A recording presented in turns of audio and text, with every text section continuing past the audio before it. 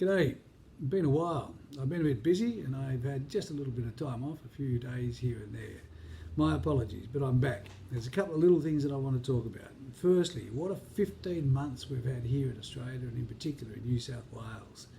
Firstly, the bushfires. How amazing were they and how devastating were they? Then as they just start to subside, COVID comes along and COVID has hit us for 12 months and it's not finished yet. The vaccinations have started to roll out and I hope everybody gets in there without asking too many questions. Just listen to the experts, as I've said all along.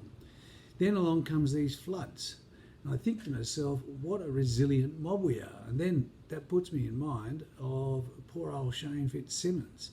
You remember him? He was the the Rural Fire Service Commissioner that did such an excellent job during the fires. And he looked like he was going to get a bit of a cushy job from the state government when he was appointed the Resilience Commissioner.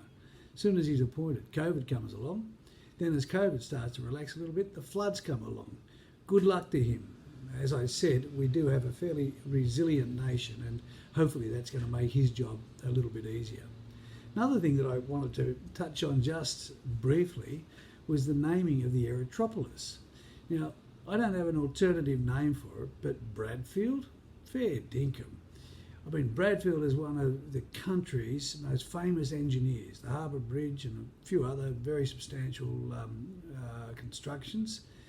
But out in Western Sydney, southwestern Sydney, nah. He's had a few things named after him, that'll do. For mine, I'd be more than happy to just simply call it the Aerotropolis. It reminds me a little bit of the Jetsons. And for those of you that aren't as old as me, it was a cartoon. Go and have a look at it. Google it and see what you think. Anyway, perhaps I'll come up with another name before you, but I think it's too late now. The last thing I want to say is I've got some really pleasing news.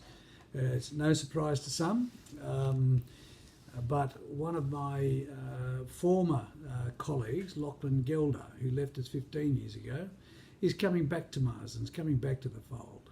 He starts on Monday. He left us, as I said, about 15 years ago to take a job in property law with Westfield and then eventually Centre Group.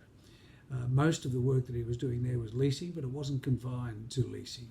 He was in property before he left us. He's had more experience and expanded experience since he left us. In addition to that, he brings to us new experience and new management and client relations that he's experienced and developed while he was at Westfield for those 15 years.